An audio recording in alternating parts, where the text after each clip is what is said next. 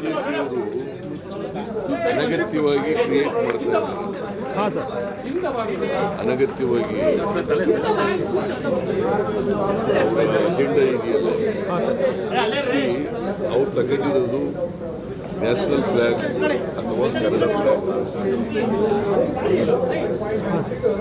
But ನಾವು ವಿರೋಧ ಇಲ್ಲ ಯಾವುದೇ ಜಂಡ ಇದು ಮಾಡೋಕ್ಕೆ. ನಾಳೆ ಒಂದು ದಿಶಾ ಮಾಡಬೇಕು, ಎಲ್ಲ ಮಾಡೋಕ್ಕಾಗಲಿಲ್ಲ.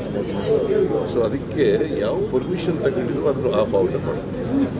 ಅದಕ್ಕೆ ಅವರು ಜಿಲ್ಲಾಡಳಿತ ಸರ್ ಅಶೋಕ್ ಅವರು ಹೋಗ್ತವ್ರೆ, ಕುಮಾರಸ್ವಾಮಿ ಅವರು ಹೋಗ್ತಾರೆ, ಹೋಗಿ ಪ್ರೊಟೆಸ್ಟ್ ಮಾಡಿ ಪ್ರಚೋದನೆ ಆಗ್ತಾ ಇದೆ ಅಂತ ಸರ್. ಅವರೇ ಪ್ರಚೋದನೆ ಮಾಡ್ತಾ ಇದ್ದಾರೆ.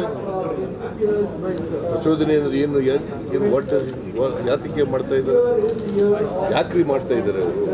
Sir, but then what is the solution right now? Like in Mandya also, in Bangalore also, they are protesting in a big way.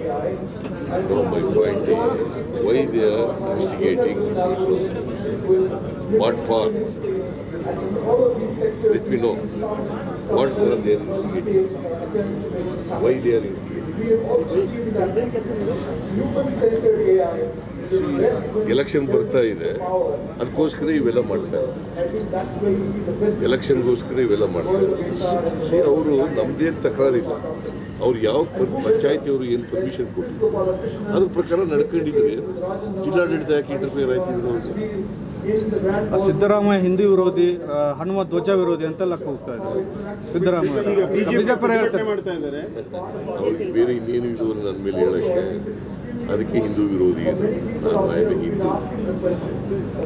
But I love all people from all religions. ಗೊತ್ತಾಯ್ತಾ? So ಎಲ್ಲ secularism ಅಂದ್ರೆ ಏನು? Secularism ಅಂದ್ರೆ ಸಂವಿಧಾನದಲ್ಲಿ ಏನು ಹೇಳಿದ್ದಾರೆ? ಸಹಬಾಳ್ವೆ ಸಹಿಷ್ಣುತೆ, ಸಹಬಾಳ್ವೆ ಸಹಿಷ್ಣುತೆ. ಅದರಲ್ಲಿ ಈ ವಿಡಿಯೋ ನಿಮಗೆ ಇಷ್ಟವಾದಲ್ಲಿ ಲೈಕ್ ಮಾಡಿ, ಶೇರ್ ಮಾಡಿ, ಸಬ್ಸ್ಕ್ರೈಬ್ ಮಾಡಿ.